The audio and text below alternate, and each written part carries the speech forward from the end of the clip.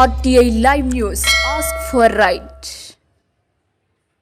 కొమరం భీం ఆసిఫాబాద్ జిల్లా రెబ్బెన మండలంలోని గోలేటి వారసంతలో వచ్చే వివిధ గ్రామాల ప్రజలను దృష్టిలో ఉంచుకుని గోలేటి సోషల్ వెల్ఫేర్ సొసైటీ సభ్యులు వసీం, సైఫ్, మొయిజ్, నయీం ఆధ్వర్యంలో గత 27 వారాల నుండి అన్నదాన కార్యక్రమాన్ని గోలేటి గ్రామ వారసంతలో నిర్వహిస్తున్నారు.